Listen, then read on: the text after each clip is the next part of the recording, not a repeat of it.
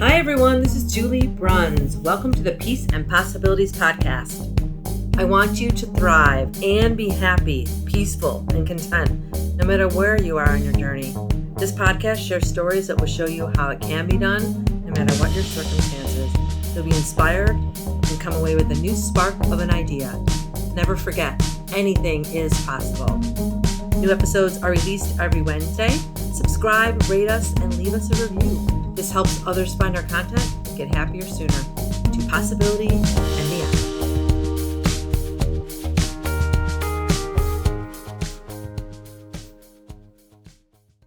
All right, welcome to this episode, you guys. This is the fourth episode in my Corona Conclusions 4-part series I am doing, and we're here with Wayne Pernell. And Wayne was my guest, I want to say back in August or September. I'm not even sure. It's November. Yeah. Oh my gosh, it's crazy that it's the end of the year already. But anyways, I'm having Wayne back because I love talking to Wayne, and he always has great insights. And I also knew that I just was guessing he had a lot of cool lessons he's learned in the last 7-8 months now. Yeah. So let's just jump right in to the Corona conclusions questions. No, we're not concluding Corona. I know, unfortunately, we're not concluding, but so far, like the conclusions that you have, hopefully, that's why I didn't do this in the middle of the summer, because 3 or 4 months in, it may have looked a little bit different about what you wanted to see or what you thought has changed. But now, like, we're all so in it, even if it lasts another 6 months or a year, we're concluding probably the same thing we're going to conclude after 7 or 8 months. That's true. Yeah. So let's start with the hardest thing. What's been the toughest thing about this whole 2020 pandemic for you? Yeah, so I have some ideas. I have some notes. So if you see me looking down, it's because I had written down some ideas. One of the things, I think the hardest thing is the divisiveness, right? It really, among everything else that was going on, Corona seemed to take us away from what we started to value, which was coming together. So that was a big thing, and truly the hardest to handle, because I see a lot of people I care about get sucked into the drama, and there's so much drama, right. and it's like it's not drama that any of us need to feed. It's like, let's look at what's real. Let's look at what other countries are doing, right? It's one of those things where, we get information from around the world if we let ourselves, but most people don't let themselves. They hear something or they see something, and so that thing becomes the thing they latch onto. And so the hardest part for me is to watch smart people that I care about get sucked into, well, I saw this thing and it therefore must be true. And so confirmation bias kicks in, and it's like there's no other information that's going to get in because they're latching onto this. So it's really, that was tough. The other thing, I think more generally, is this uncertainty, right? The toughest thing for anybody to handle in their lives is uncertainty. What's today bring? What might tomorrow bring? And most people, when they face uncertainty, enter a space of fear. And, in my work with high performers, it is to train people to get to a place of, in the face of uncertainty, you must rely on the absolute ability, your belief in yourself to get through this day. Right? So that even in uncertainty, like we've all come through uncertain times. If you roll back the clock prior to 2019, who were you 10 years ago? Did you have uncertain days? Yes. Did you get through them? Yes. So the hardest part for most people is, well, it's day after day after day of uncertainty. Yes, it is. Did you get through yesterday? Awesome. You're getting through today. Yep. Right? So uncertainty is a piece. And then very personally, I miss, right? So the hardest part of 2020, I miss getting together with people, like really like getting together with people. It wasn't long ago that we used to say, put down the technology and go out and connect with somebody. And now we're in a space where we say, pick up the technology so that you can connect with somebody. I I know. That's hard, right? And I miss live entertainment, and I miss movies. I miss going out, right? Yeah. Enough restaurants are starting to open, at least minimally, so we're getting that experience again. But I miss being with people, Hmm. kind of a social being, and I miss that. Yeah, that's one of the toughest things for me too, is that actual live human connection for sure. Yeah. Yeah, isn't it ironic? We need to be away from it so we can connect one on one, and now we have to have it. Otherwise, we can't see each other. It is kind of ironic. It's truly the irony. Yeah. Yeah. It's tough. Okay, so what is the nicest surprise that's come out of this year so far for you? I think the biggest, nicest surprise is that I can do most of my business like right here. Here's my microphone. There's my books. This is like I'm on television pretty much weekly now, right? And so instead of my getting on an airplane and going to clients, or getting on an airplane or going to a TV studio, I walk down the hallway 20 paces and I do my breakthrough coaching from here. I do my television interviews from here, and I do my consulting and my creating from here. So Mm. the nicest surprise is that I can do my business, almost all of it, sitting here, and I may or may not be wearing pants. It's like, that's awesome. I know, you really only need to be good from like the waist up. You don't have to, you really do have, you can have super comfortable shoes. You don't have to be standing somewhere where your shoes aren't, the best ones you wanted to wear are the most comfortable ones. That's Isn't great. that great? That's funny. I was thinking about that today. Okay, what's been the biggest lesson? Whew. Here's the thing and I've been doing this as a lesson, as a reminder, when I've been doing my television interviews. There are several different lessons. One, the biggest one is it's not personal.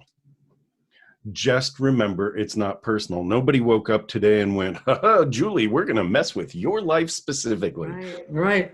This is a pandemic. It's not a political issue. It's not, the right says this, the left says that. It's not like, if you read any other newspapers besides your Facebook feed, right? I tend to get things from around the world because I like to see what the other observations are. What are the other perceptions? Britain and France are really going through it really hard right now. And they're going to lock down for a month, right? At the time of this recording, that is the discussion. They're going to lock down, like, not just, hey, everybody, could you shelter in place?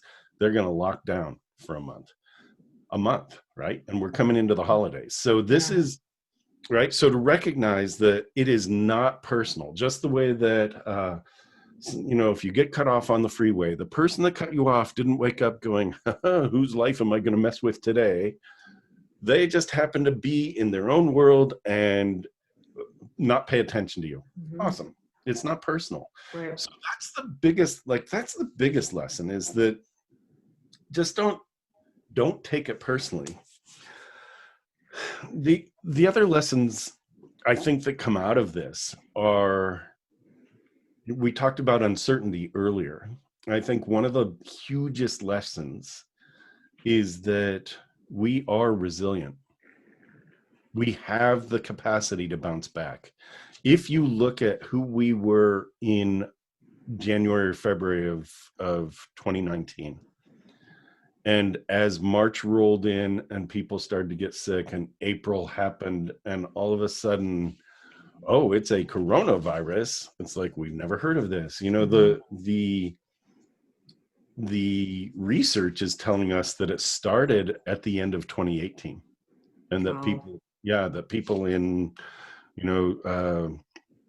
October, November, December of 2018 actually might have had variations of it, and that it came into being and became a hotspot in Wuhan in 2019.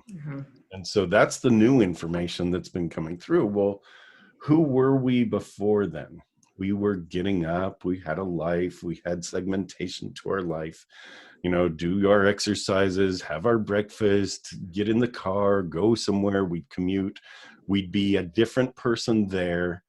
We'd come home, we'd be the parent at home, we'd be the Mm-hmm. partner at home, we'd go into the community, we'd be good community people and engage and,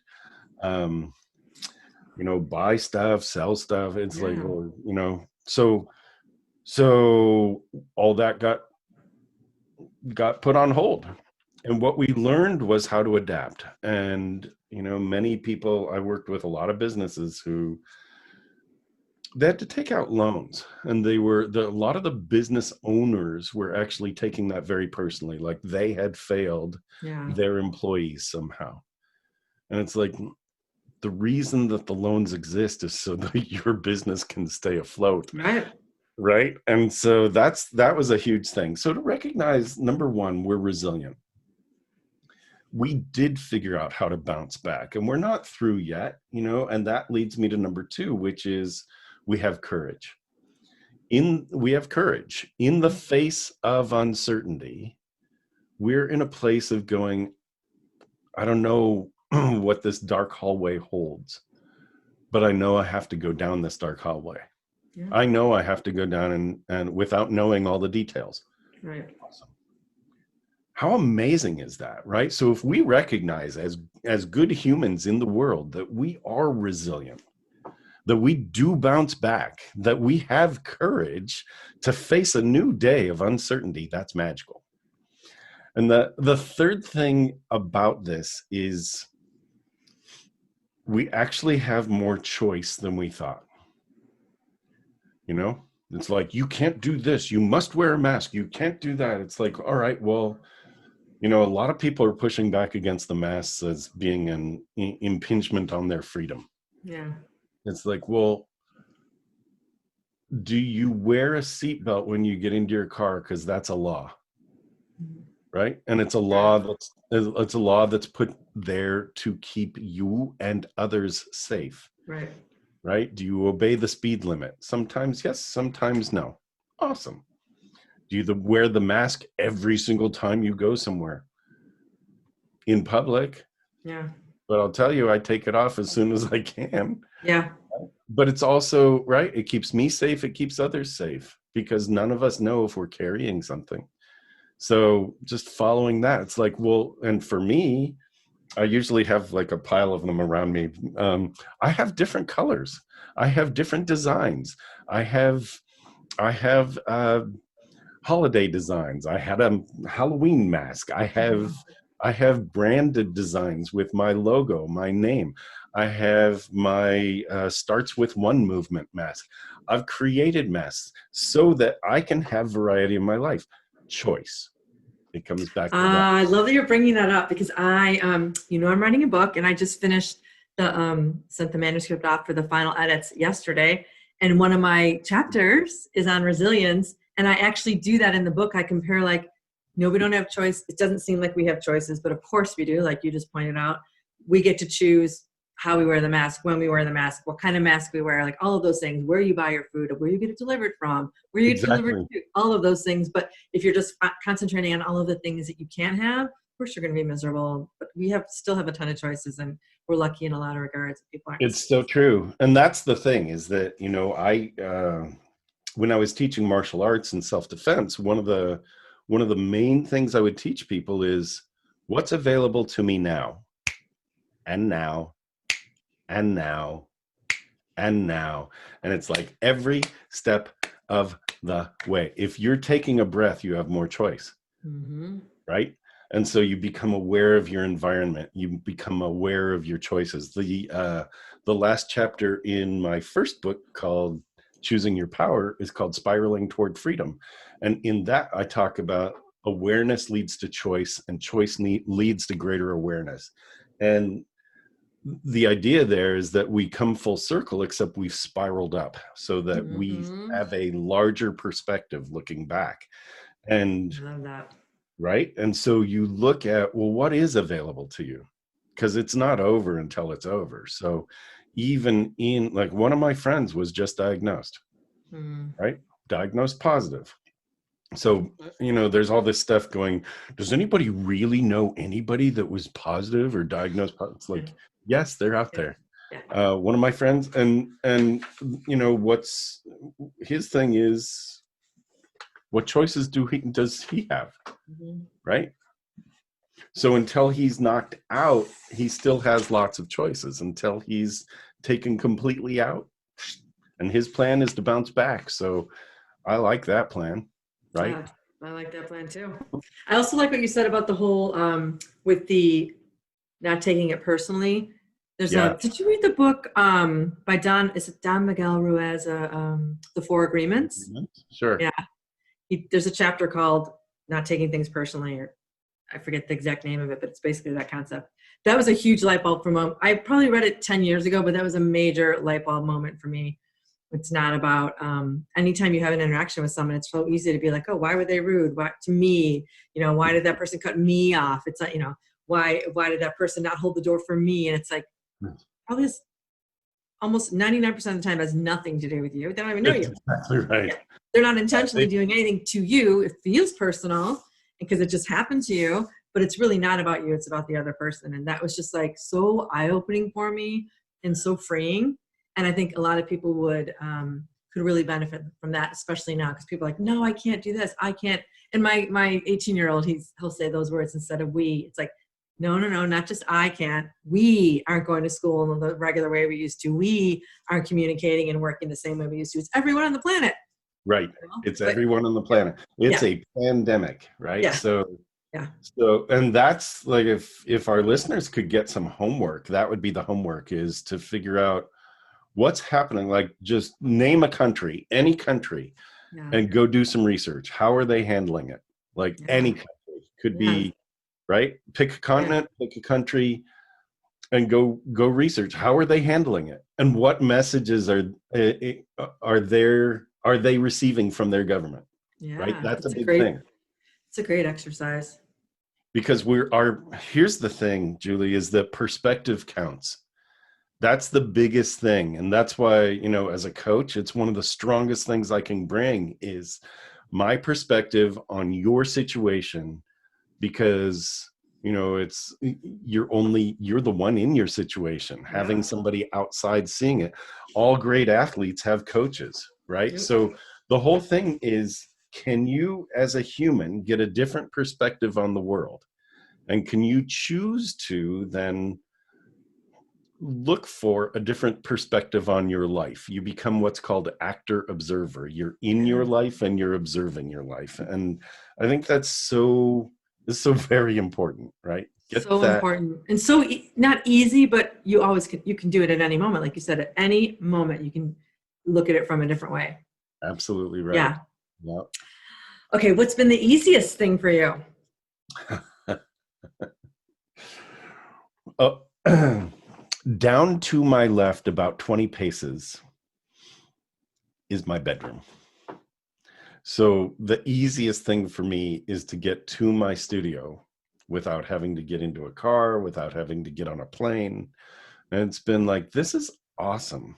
This is really good. Not, just not, traveling like that. I was traveling on the road almost every week, and there was some ego involved in, I'm such a good road warrior, Mhm. I can pack fast, Yeah. although I didn't. Um, that was partly self-pity. Oh, I have to go again. I have to go. And it took like Yeah. hours when all I needed to do was throw things in a suitcase. Yeah. But then get on the road, and I knew, like, I knew my airports, I knew where gates were, I knew the best food. Mm-hmm. For what, right? I Yeah. became platinum and diamond and all these status things that I gained Yeah. for having my head on a pillow that wasn't mine, Yeah. right? And so it's like, well, okay, so the easiest thing is to be able to stay home. Yeah. And that's been actually a gift. And I would love to travel now for the sake of pleasure, Yeah. right? Yeah. So Connecting with some other human beings in person. yeah. Yeah. So Okay, cool. So the final question, I know because I have been in your programs and you've been coaching me, and I know that one of the words you love is treasure. What would you treasure and what do you treasure? And Yeah. I use the word cherish in here. Like, what do you cherish more now? You can use treasure. What do you see, like looking back at all those months? Like, what do you really like? Oh, I really, maybe you took it for granted and you cherish it more now, or what are you really cherishing that you didn't? Yeah, I love this question. I totally very much love this question because it it allows for a different kind of inventory. What did you get out of this year? What did you learn? Yeah. What do you treasure? What do you cherish? What did you take for granted that you find that you cherish? Mhm. My wife is also in the place of working from home. Now we have a two-story house and I'm in the upper part and I have a studio in this upper part of the house. She's working downstairs. She's taken over a good portion of the living room and it's great because what I cherish is being able to have mealtime with her. Mm. 3 meals a day, and it's not okay, gotta go, right? Yeah. Get up early and gotta grab breakfast, and everything Yeah. is like frantic to get out the door to beat the clock. Right. Now this is our time. This is my time, right? And so working from home for her is she was up early at 6:30 on doing her work. Yeah. But also then she'll take breaks during the day and we do meals together. And so um I really love being able to share 3 meals a day with my wife. It's incredible knowing Yeah. that I'm doing my work in my space. She's Right. doing her work in her space, and we get together. So Yeah. that's cool. That's awesome. It's good that you like spending time with her, because some people have found out in this pandemic that that's not really the person I want to be around all the time. So it's good. I feel the same way. It's like getting the extra time and also cherishing that, because if you do go back to normal, you don't have that. You are going to miss it. It's going to be like, wow, why wasn't I cherishing that when I had it? It's like, and you're smart, and I'm cherishing it now, because what if it does go back, when it does go back to a different way, or maybe it never does, but at least you can always say, okay, maybe we can have 3 meals today together anymore, but now it's two, or Right, whatever it is. And yeah. right. It Yeah. doesn't have to be rushed. The other part of that, and you alluded to this just now, where it's like not everybody's in that boat where they actually find out they still like their spouse, right? Mhm. So people are finding out that being together, there's some irritation, Yeah. right? And it's like the little stuff. Oh, this person always does this. Here's the thing, you're going to find more of what you're looking for. So go back to figuring out why you got together in the first place. Yeah. What was it about that person? They supported you in some way. You've both grown since you've gotten together. So how have you grown? How has the other person grown? And in this next phase of your life, what do you need to do to support your partner in their growth? Yeah. And it could be that you take a weekend away for yourself, Yeah. right? Like Yeah. take time away. That's Yeah. cool. It could be that you take a weekend away out of your current environment together. Right. That's part of it too, right? We know that people bond well over shared new experience. And most people haven't had a shared new experience in almost a year. Yeah. So giving yourself that, a lot of hotels are beginning to open again. You could do a weekend getaway to refresh your relationship, right? I Yeah. do a thing called relationship recharge, and I have a giveaway for listeners there, relationshiprecharge.com. And it's like, just pay attention, what got you together, get a little more flirty, get, like put that energy back in your life. Yeah. Watch what happens to yourself. It's amazing. Yeah. And you wouldn't be able to do that now if it wasn't for being in the positions we are in. You wouldn't be, not everyone, you wouldn't be thinking about it that way. You just would be going on with your life, traveling, doing the thing you always do. You'd both be on your regular path, you'd be supporting each other, but you wouldn't really have that time to reflect, and you wouldn't be thinking about how you can support each other more. You just would be more an automatic pilot. Exactly. And now you have to stop and think, and it's a good thing.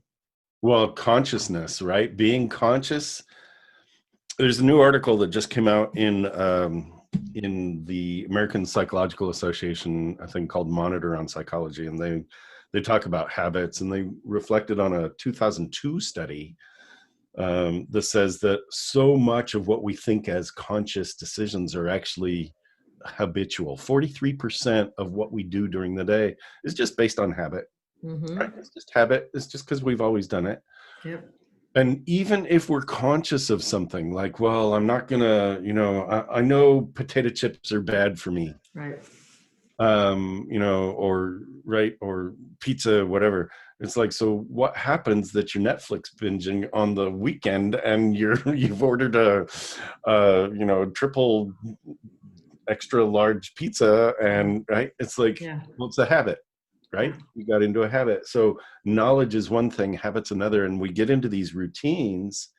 And the idea is you break a habit by, one, becoming aware of it, and two, trading it for a new habit or intervening a different habit in there. So all kinds of amazing stuff is possible, and especially with relationships,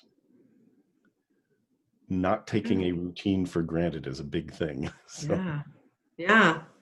Well, you touched on a lot of cool things.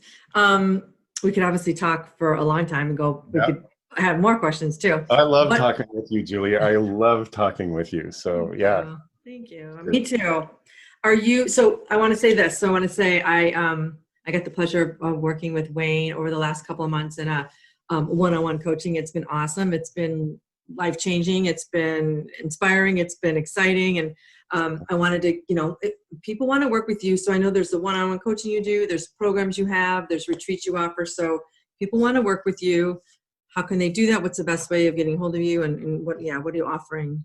Yeah, the best way of getting a hold of me is through my website. It's easier to remember than my name, is dynamicleader.com. That points to WaynePernell.com. So if you do remember my name, you have to spell it right, which is Wayne and then Pernell. So dynamicleader.com or WaynePernell.com. Go there, look around. I've got books. I've got online courses that you can easily access. I have a contact form where you can reach out to me. There's a free download of one of my books. I'm gesturing over my right shoulder. It's a book called The Significance Factor, and you can get a free download of that on my website. It's cool. It's just one of my number one best-selling books. Yeah, you have written 5 books, right? I have. That's crazy. It's amazing. Awesome. Like, to look back, when people read my bio, I'm like, who are they talking about? Wow, I actually did that. You did that, yeah. So, and the thing is, as you know, becoming an author, right? It's not an accident. You didn't accidentally write a book. Yeah. Right? It's deliberate. Right. So pretty much anything you do in your life can be deliberate. And, my one of the things that I've been working on personally for my business is to retool the way I think about my mission.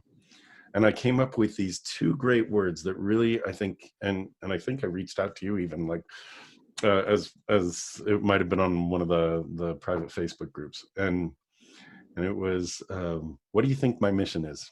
Right. And I've been getting some amazing feedback. And I landed on these 2 great words, right? So I inspire greatness and benevolence. And that's what my work is. So if you are looking to get to your next amazing, great level, that's awesome. And we're going to do it without ego. We're going to do it in a way where you can lift others along the way. And so, yes, I have one-to-one coaching. I have a 90-day program called the Powerful Presence Program. I have a limited seating retreat because I don't want a bunch of people there. I want the right people there. Yeah. And that's happening in April in St. Louis. I do that twice a year. So April in St. Louis, and it's called Stuck at the Top. So stuckattethetop.com, WaynePernell.com, relationshipreCharge.com if you want a free tip on that. So all kinds of stuff. Lots of, look around my website, waynepernell.com. You can see the 5 books I have. You can see the courses. And certainly the free stuff is a lot of good content. I do a podcast called One Sharp Sword, and I have my weekly blog called Wednesdays with Wayne. So, yeah. Awesome. So much great content, so much cool stuff to learn. And what I love most about working with you and your programs is like, it's all about serving people and being great, but being great for you and for the rest of the world so that everyone can benefit from what you have. And it's such a better way of coming away with like wanting to be better instead of just like, I want to make more money. I want to, right? It's like, yes. I mean, make more money. Why? Right? Yeah. Because I'm greedy? No, because I want to serve more greatly. Yeah. Right. So awesome. Inspiring greatness and benevolence. And it's really with the idea of lifting others as it's lift as you lead. It's like all of that. It's awesome. Yeah. Thank you. Thank you for all your insights and all your wisdom. I'm sure everyone's going to be happy to listen to you and hear your lessons. And as always, great stuff. Thank you. Thank you. It truly is a pleasure. I so appreciate you. Thanks. You too. Yeah. All right. Bye, everyone. Have a great day and go out there and get some good perspective, right? Hey. Yes. Exactly. Bye.